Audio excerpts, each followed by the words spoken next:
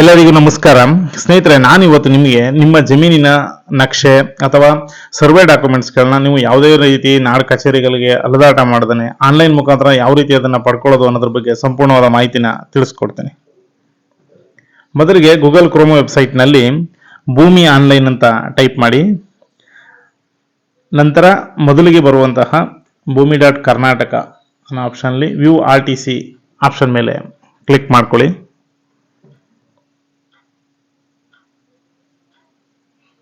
Okay, ನಂತರ ನಿಮಗೆ ಇದು ಭೂಮಿ ಆನ್ಲೈನ್ ವೆಬ್ಸೈಟ್ದು ಈ ರೀತಿ ಒಂದು ಪೇಜ್ ಓಪನ್ ಆಗುತ್ತೆ ನಿಮಗೆ. ಸೊ ಇದರಲ್ಲಿ ನೀವು ಸರ್ವೆ ಸ್ಕೆಚ್ ಅಂದ್ಬಿಟ್ಟು ಒಂದು ಆಪ್ಷನ್ ಇಲ್ಲಿ ಶೋ ಆಗ್ತಾ ಇದೆ.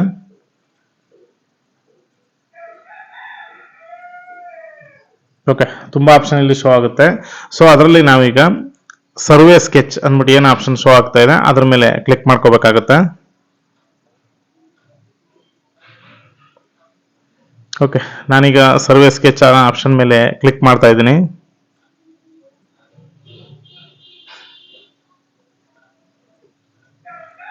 ಓಕೆ, ನಂತರ ಈ ರೀತಿ ಒಂದು ಪೇಜ್ ಓಪನ್ ಆಗುತ್ತೆ. ಓಕೆ, ಇದು ಡಿಜಿಟಲೈಸ್ಡ್ ಸರ್ವೆ ಸ್ಕೆಚ್ ಅಂದ್ಬಿಟ್ಟು ವೆಬ್ಸೈಟು. ಸೊ ಇದರಲ್ಲಿ ನೀವು ನಿಮ್ಮ ಜಿಲ್ಲೆ, ತಾಲೂಕು ಮತ್ತು ಗ್ರಾಮನ ಸೆಲೆಕ್ಟ್ ಮಾಡಬೇಕಾಗುತ್ತೆ. ಹಾಗೂ ನೀವು ಯಾವ ಸರ್ವೆ ನಂಬರ್ಗೆ ನೀವು ಸ್ಕೆಚ್ನ ಹುಡುಕ್ತಾ ಇದ್ದೀರೋ ಆ ಸರ್ವೆ ನಂಬರ್ನು ಕೂಡ ಎಂಟ್ರಿ ಮಾಡಬೇಕಾಗುತ್ತೆ. ಸೊ ನಾನೀಗ ಮೊದಲಿಗೆ ನಮ್ಮ ಜಿಲ್ಲೆ, ತಾಲೂಕು ಮತ್ತು ಗ್ರಾಮನ ಸೆಲೆಕ್ಟ್ ಮಾಡ್ತಾ ಇದ್ದೀನಿ.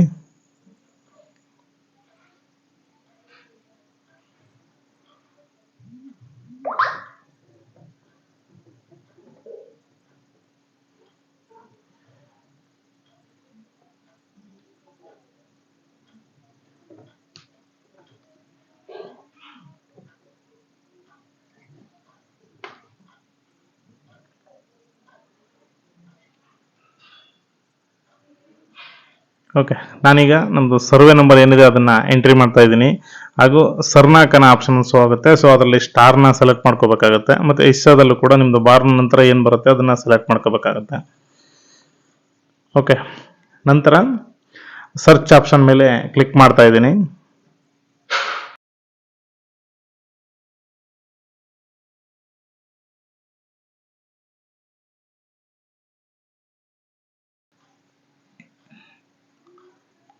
ಓಕೆ, ರೈಟ್ ಸೈಡಲ್ಲಿ ನಾವು ಏನೀಗ ಸರ್ವೆ ನಂಬರ್ನ ಸರ್ಚ್ ಮಾಡಿದ್ವಿ ಅದರ ಸ್ಕೆಚ್ ಕಾಪಿ ನಮಗೆ ಇಲ್ಲಿ ಓಪನ್ ಆಗುತ್ತೆ. ಸೊ ಇದು ವ್ಯೂ ಓನ್ಲಿ ಮಾತ್ರ ಇರುತ್ತೆ. ಓಕೆ, ನಾವು ಇದನ್ನ ವ್ಯೂ ಸ್ಕೆಚ್ ಆನ್ ಮ್ಯಾಪ್ ಅಂದ್ಬಿಟ್ಟು ಅದ್ರ ಮೇಲೆ ಕ್ಲಿಕ್ ಮಾಡೋ ಮುಖಾಂತರ ನಾವು ಅದನ್ನ ಮ್ಯಾಪಲ್ಲಿ ಕೂಡ ನಾವು ನೋಡ್ಬೋದಾಗಿರುತ್ತೆ. ಸೊ ನಾನೀಗ view sketch on map option ಮೇಲೆ ಕ್ಲಿಕ್ ಮಾಡ್ತಾ ಇದ್ದೀನಿ. ಓಕೆ, ಕ್ಲಿಕ್ ಮಾಡಿದ ನಂತರ ನಿಮಗೆ ಮ್ಯಾಪಲ್ಲಿ ನೀವೇನು ಸರ್ವೆ ನಂಬರ್ನ ಸ್ಕೆಚ್ನ ಹುಡುಕ್ತಾ ಇದ್ರಿ ಅದು ಮ್ಯಾಪಲ್ಲಿ ನಿಮಗೆ ಶೋ ಆಗುತ್ತೆ. ಸೊ ಇದರಲ್ಲಿ ನೋಡ್ಕೋಬೋದು ನಿಮ್ಗೆ ಯಾರು ಅಕ್ಕಪಕ್ಕ ಏನಾದ್ರು ಒತ್ತುವರಿ ಮಾಡ್ಕೊಂಡಿದ್ದೀರಾ, ಇಲ್ಲ ನೀವೇ ಅಥವಾ ಬೇರೆ ಯಾರನ್ನಾದ್ರು ಒತ್ತುವರಿ ಮಾಡ್ಕೊಂಡಿದ್ದೀರಾ ಅಂತಲೂ ಕೂಡ ಇಲ್ಲಿ ನಾವೀಗ ಐಡೆಂಟಿಫೈ ಮಾಡ್ಕೋಬೋದಾಗಿರುತ್ತೆ. ಓಕೆ, ನಂತರ ನಾವೀಗ ಇದನ್ನು ಪ್ರಿಂಟು ಕೂಡ ತಗೋಬೋದು ಅಥವಾ ನಾವು PDF ಅಲ್ಲಿ ಕೂಡ ಸೇವ್ ಮಾಡಿ ಕೂಡ ಬೇಕಾದ್ರೆ ಇಟ್ಕೋಬೋದಾಗಿರುತ್ತೆ.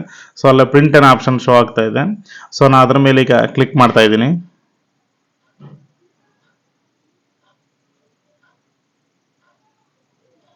ಓಕೆ, ಅದನ್ನ ಕ್ಲಿಕ್ ಮಾಡಿದ ನಂತರ ನಿಮಗೆ ಈ ರೀತಿ ಸ್ಕೆಚ್ ಕಾಪಿ ನಾವು ಪ್ರಿಂಟ್ಗೆ ಬರುತ್ತೆ. ಸೊ ಇದು ಭೂಮಾಪನ, ಕಂದಾಯ ವ್ಯವಸ್ಥೆ ಮತ್ತು ಭೂ ದಾಖಲೆಗಳ ಇಲಾಖೆಯವರು ಅಧಿಕೃತವಾಗಿ ರಿಲೀಸ್ ಮಾಡಿರೋದಾಗಿರುತ್ತೆ. ಸೊ ಇದು ಫಾರ್ ವ್ಯೂ ಓನ್ಲಿ ಅಂತಿರುತ್ತೆ. ನೀವು ಪೇಮೆಂಟ್ ಮಾಡಿ ತಗೊಂಡ್ರೆ ನಿಮಗೆ ಒರಿಜಿನಲ್ ಕಾಪಿನೇ ಕೂಡ ಡೌನ್ಲೋಡ್ ಆಗುತ್ತೆ. ಸೊ ಬೇಕು ಅಂದರೆ ಇದನ್ನು ಬೇಕಾದ್ರೆ ನೀವು ಸೇವ್ ಮಾಡಿ ಇಟ್ಕೋಬೋದು.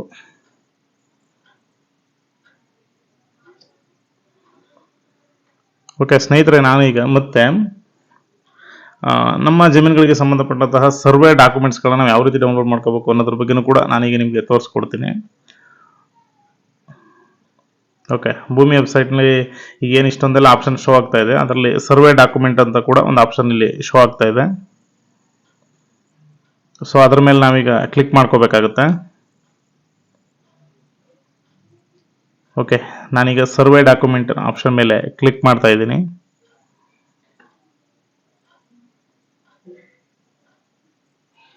ಓಕೆ, ಕ್ಲಿಕ್ ಮಾಡಿದ ನಂತರ ಈ ರೀತಿ ನಿಮ್ಗೊಂದು ಪೇಜ್ ಓಪನ್ ಆಗುತ್ತೆ. ಸೊ ಇಲ್ಲಿ ರೈಟ್ ಸೈಡಲ್ಲಿ ಬಂದು ನಾಗರಿಕರಾಗಿ ಸರ್ವೆ ದಾಖಲೆಗಳು ಅಂತಿದೆ. ಸೊ ಅದರಲ್ಲಿ ನಿಮ್ಮ ಮೊಬೈಲ್ ನಂಬರ್ನ ಮತ್ತು ಕ್ಯಾಪ್ಚರ್ನ ಎಂಟ್ರಿ ಮಾಡಿ ಸೊ OTP ಬರುತ್ತೆ, ಅದ್ರ ಮುಖಾಂತರ ಬೇಕಾದ್ರೆ ನೀವು ಲಾಗಿನ್ ಆಗ್ಬೋದು. ಸೊ ಹಾಗೆ ಲೆಫ್ಟ್ ಸೈಡಲ್ಲಿ ಬಂದು ನಿಮಗೆ ಯಾವ್ಯಾವ ಡಾಕ್ಯುಮೆಂಟ್ಸ್ಗಳಿಗೆ ನಾವು ಅಲ್ಲಿಂದ ಅರ್ಜಿ ಸಲ್ಲಿಸಿ ನಾವು ಡಾಕ್ಯುಮೆಂಟ್ಸ್ಗಳನ್ನ ಪಡ್ಕೋಬೋದು ಅಂತ ತೋರಿಸುತ್ತೆ. ಮೊದಲಿಗೆ ಅಟ್ಲಾಸ್, ನಮ್ಮ ಜಮೀನಿದು ಅಟ್ಲಾಸ್ ಕಾಪಿ ತಗೋಬೋದಾಗಿರುತ್ತೆ. ಹಾಗೆ ಸರ್ವೆ ಪಕ್ಕಾ ಬುಕ್ ಅಂತ ಇರುತ್ತೆ, ಅದನ್ನು ಕೂಡ ತಗೋಬೋದು. ಹಾಗೆ ಟಿಪ್ಪಣಿ ಸಿಗುತ್ತೆ ಜಮೀನ್ದು, ಅದನ್ನು ಕೂಡ ನಾವು ಡೌನ್ಲೋಡ್ ಮಾಡ್ಕೋಬೋದಾಗಿರುತ್ತೆ. ಓಕೆ, ಟಿಪ್ಪಣಿ ಕೂಡ ನಾವು ತಗೋಬೋದು. ಹಾಗೆ ನಮ್ಮ ಜಮೀನಿಗೆ ಸಂಬಂಧಪಟ್ಟಂತೆ ಆಕಾರ ಬಂದು ಇರ್ತದೆ ಡಾಕ್ಯುಮೆಂಟು, ಸೊ ಅದನ್ನು ಕೂಡ ನಾವು ಇಲ್ಲಿಂದ ಡೌನ್ಲೋಡ್ ಮಾಡ್ಕೋಬೋದಾಗಿರುತ್ತೆ. ಹಾಗೆ FMB ಅಂದ್ಬಿಟ್ಟಿರುತ್ತೆ ಡಾಕ್ಯುಮೆಂಟ್ಸು, ಸೊ ಅದನ್ನು ಕೂಡ ನಾವು ಇಲ್ಲಿಂದ ಡೌನ್ಲೋಡ್ ಮಾಡ್ಕೋಬೋದು. ಹಾಗೆ ಸರ್ವೆ ಪ್ರತಿ ಬುಕ್ ಅಂತ ಇರುತ್ತೆ, ಸೊ ಅದನ್ನು ಕೂಡ ನಾವು ಇದೇ ವೆಬ್ಸೈಟಿಂದ ನಾವು ಡೌನ್ಲೋಡ್ ಮಾಡ್ಕೋಬೋದಾಗಿರುತ್ತೆ.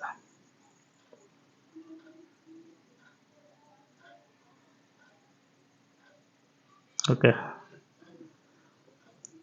ನಂತರ ಸ್ನೇಹಿತರೆ ನಾವು ಇಷ್ಟೆಲ್ಲ ಡಾಕ್ಯುಮೆಂಟ್ಸ್ಗಳನ್ನ ನಾವು ಡೌನ್ಲೋಡ್ ಮಾಡ್ಕೋಬೇಕು ಅಂದರೆ ಅದಕ್ಕೆ ಯಾವ ಡಾಕ್ಯುಮೆಂಟ್ಗೆ ಏನೇನು ಪ್ರೈಸ್ ಲಿಸ್ಟ್ ಇರುತ್ತೆ ಅನ್ನೋದು ಕೂಡ ನಾವು ಇಲ್ಲಿ ಕ್ಲಿಕ್ ಮಾಡೋ ಮುಖಾಂತರ ನೋಡ್ಬೋದಾಗಿರುತ್ತೆ. ಸೊ ನಾನೀಗ ಅದ್ರ ಮೇಲೆ ಕ್ಲಿಕ್ ಮಾಡಿ ನಿಮಗೆ ಎಷ್ಟೆಷ್ಟು ಅಮೌಂಟ್ ಪೇ ಮಾಡಬೇಕಾಗುತ್ತೆ ಅಂತ ತೋರಿಸ್ಕೊಡ್ತೀನಿ.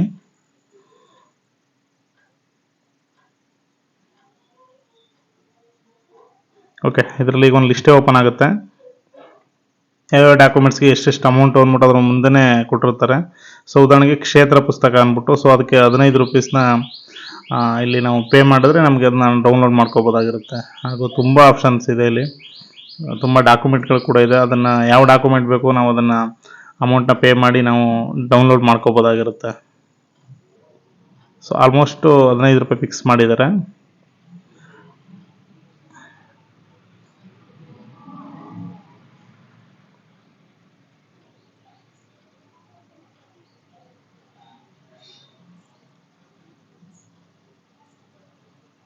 ಓಕೆ ಸ್ನೇಹಿತರೆ, ಈ ರೀತಿ ನಾವು ಅದು ಪ್ರೈಸ್ ಲಿಸ್ಟ್ನ ಕೂಡ ನೋಡ್ಕೋಬೋದಾಗಿರುತ್ತೆ. ಯಾವುದನ್ನು ನಾವು ಆನ್ಲೈನ್ ಮುಖಾಂತರ ಡೌನ್ಲೋಡ್ ಮಾಡೋಕ್ಕೆ ಎಷ್ಟು ಫೀಸ್ ಆಗುತ್ತೆ ಅನ್ನೋದು ಕೂಡ ನಮಗೆ ಇದರಿಂದ ತಿಳಿಯುತ್ತದೆ.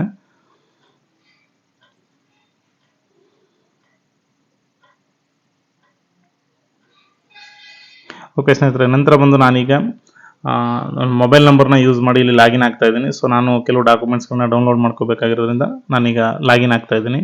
ಮೊದಲಿಗೆ ನನ್ನ ಮೊಬೈಲ್ ನಂಬರ್ ಮತ್ತು ಕ್ಯಾಪ್ಚಾನ ಎಂಟ್ರಿ ಮಾಡಿ ಸೆಂಡ್ OTP ಅಂತ ಕೊಡ್ತಿದ್ದೀನಿ. ಸೊ OTP ನನ್ನ ಮೊಬೈಲಿಗೆ ಬರುತ್ತೆ, ಅದನ್ನು ನಾನು ಎಂಟ್ರಿ ಮಾಡಿ ಈಗ ಲಾಗಿನ್ ಆಗ್ತಾ ಇದ್ದೀನಿ.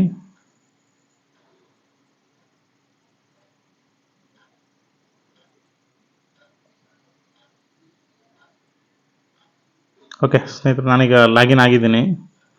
ಸೊ ನಿಮಗೆ ಇಲ್ಲಿ ಅರ್ಜಿಯ ಸ್ಥಿತಿ ಅಂತಿದೆ. ಸೊ ನಾನು ಯಾವುದೇ ರೀತಿ ಅಪ್ಲಿಕೇಶನ್ ಹಾಕಿಲ್ಲದೆ ಇರೋದ್ರಿಂದ ಇಲ್ಲಿ ಯಾವುದೇ ರೀತಿ ಅರ್ಜಿಗಳು ಶೋ ಆಗ್ತಾ ಇಲ್ಲ. ಸೊ ಹಾಗೆ ಟಾಪಲ್ಲಿ ಬಂದು ನಮಗೆ 2 ಆಪ್ಷನ್ಸು ಶೋ ಆಗುತ್ತೆ ಇಲ್ಲಿ. ಓಕೆ, ಒಂದು ನ್ಯೂ ರಿಕ್ವೆಸ್ಟು ಮತ್ತು ಇನ್ನೊಂದು approved by department for ready to print ಅಂತ. Okay, so approved by department and ready to print ಅಂದರೆ ಸೊ ಆಲ್ರೆಡಿ ಅವ್ರ ಡಿಪಾರ್ಟ್ಮೆಂಟ್ನವರು ಕೆಲವು ಡಾಕ್ಯುಮೆಂಟ್ನ ಆಟೋಮೆಟಿಕ್ ಅವರನ್ನೇ ಅಪ್ರೂವ್ ಮಾಡಿರ್ತಾರೆ ಅದನ್ನು. ಸೊ ಅದನ್ನು ನಾವು ಯಾವ ಟೈಮಲ್ಲಿ ಬೇಕಾದ್ರೂ ಅದನ್ನು ಕ್ಲಿಕ್ ಮಾಡೋ ಮುಖಾಂತರ ನಾವು ಡೌನ್ಲೋಡ್ ಮಾಡ್ಕೋಬೋದಾಗಿರುತ್ತೆ. ಸೊ ಹಾಗೆ ಇನ್ನೊಂದು ನ್ಯೂ ರಿಕ್ವೆಸ್ಟ್ ಅಂದರೆ ನಮ್ಗೆ ನಮ್ಮ ಸರ್ವೆ ನಂಬರ್ಗೆ ಸಂಬಂಧಪಟ್ಟಂಗೆ ನಾವು ಯಾವ ಏನು ಬೇಕು ನಮಗೆ, ಉದಾಹರಣೆಗೆ ಟಿಪ್ಪಣಿ ಬೇಕು, ಆಕಾರ ಬಂದಬೇಕು, ಯಾವುದು ಬೇಕು ಅದಕ್ಕೆ ನಾವು ಇಲ್ಲಿಂದ ಅಪ್ಲಿಕೇಶನ್ನ ರೈಸ್ ಮಾಡೋ ಮುಖಾಂತರ ನಮಗೆ ಅದನ್ನು ಅವರು ಅಪ್ರೂವ್ ಕೊಡ್ತಾರೆ. ಅಪ್ರೂವ್ ಕೊಟ್ಟ ನಂತರ ಅದನ್ನು ನಾವು ಡೌನ್ಲೋಡ್ ಮಾಡ್ಕೋಬೋದಾಗಿರುತ್ತೆ. ಸೊ ನಾನೀಗ ನ್ಯೂ ರಿಕ್ವೆಸ್ಟ್ ಅನ್ನೋ ಆಪ್ಷನ್ ಮೇಲೆ ಕ್ಲಿಕ್ ಮಾಡ್ತಾ ಇದ್ದೀನಿ.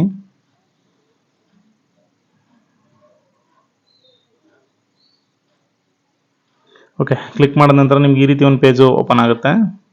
ಸರ್ವೆ ಡಾಕ್ಯುಮೆಂಟ್ಸ್ ಫಾರ್ ಸಿಟಿಸನ್ ಅಂತ ಇರುತ್ತೆ. ಸೊ ಅದರಲ್ಲಿ ಅವೈಲಬಲ್ ಡಾಕ್ಯುಮೆಂಟ್ ಡೀಟೇಲ್ಸ್ ಅಂತಲೂ ಕೂಡ ಇದೆ. ಸೊ ಈಗ ನಾವು ಅಗೇನ್ ನಮ್ಮ ಡಿಸ್ಟಿಕ್ಕು, ತಾಲೂಕು, ಹೋಬಳಿ ಮತ್ತು ಗ್ರಾಮನ ಸೆಲೆಕ್ಟ್ ಮಾಡಿ ಮತ್ತು ಸರ್ವೆ ನಂಬರ್ನು ಕೂಡ ಸೆಲೆಕ್ಟ್ ಮಾಡಿ ಸರ್ಚ್ ಆಪ್ಷನ್ ಮೇಲೆ ಕ್ಲಿಕ್ ಮಾಡಬೇಕಾಗುತ್ತೆ. ಸೊ ನಾನೀಗ ನಮ್ಮ ಬೇಸಿಕ್ ಡೀಟೇಲ್ಸ್ ಏನಿದೆ ಎಲ್ಲನೂ ಕೂಡ ಸೆಲೆಕ್ಟ್ ಮಾಡ್ತಾ ಇದ್ದೀನಿ.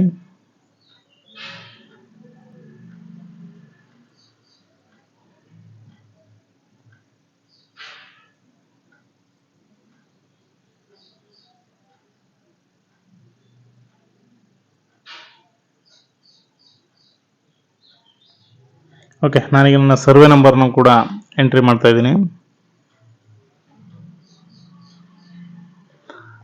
ಹಾಗೆ ಸರ್ನಾಕನ ಆಪ್ಷನ್ಲಿ ಸ್ಟಾರ್ ಅಂತ ಎಂಟ್ರಿ ಮಾಡಬೇಕಾಗುತ್ತೆ. ಸೊ ನಾನು ಸ್ಟಾರ್ ಎಂಟ್ರಿ ಮಾಡಿದ್ದೀನಿ. ಮತ್ತು ಇಸ್ಸೆ ಬರುತ್ತೆ. ಓಕೆ, ಇಸ್ಸೆ ನಂಬರ್ನು ಕೂಡ ಎಂಟ್ರಿ ಮಾಡ್ತಾ ಇದ್ದೀನಿ. ಇಸ್ಸೆ ಅಂದರೆ ಏನು ಬಾರ್ ನಂತರ ಬರುತ್ತಲ್ಲ ಒಂದು ನಂಬರ್ ಅದಾಗಿರುತ್ತೆ. ಸೊ 1 2 3 4 ಅಂತ ಇರುತ್ತೆ, ಅದು ನಿಮ್ಮ ಯಾವುದನ್ನ ಸೆಲೆಕ್ಟ್ ಮಾಡ್ಕೋಬೋದು.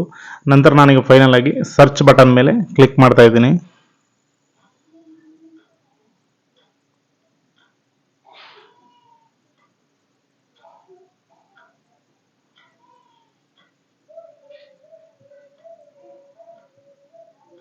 ಓಕೆ, ಕ್ಲಿಕ್ ಮಾಡಿದ ನಂತರ ನಮಗೆ ಈ ರೀತಿ ಒಂದು ಪೇಜ್ ಓಪನ್ ಆಗುತ್ತೆ.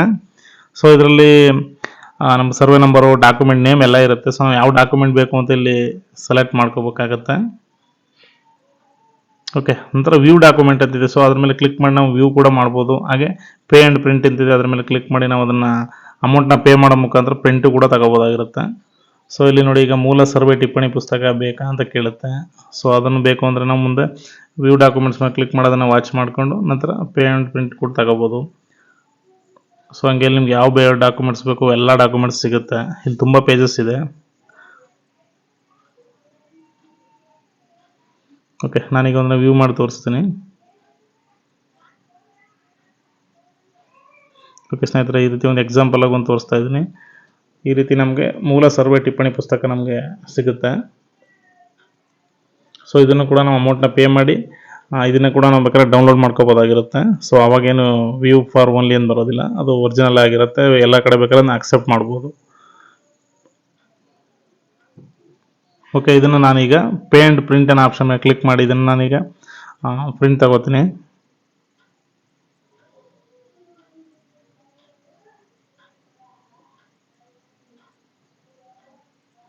ಓಕೆ, ನಾನು ಪೇ ಆ್ಯಂಡ್ ಪ್ರಿಂಟ್ ಆಪ್ಷನ್ ಮೇಲೆ ಕ್ಲಿಕ್ ಮಾಡಿದ ನಂತರ ಈ ರೀತಿ ಒಂದು ಪೇಜ್ ಓಪನ್ ಆಗಿದೆ. ಸೊ ಇದರಲ್ಲಿ ಅಮೌಂಟ್ 15 ರೂಪಾಯಿ ಅಂತ ತೋರಿಸ್ತಾ.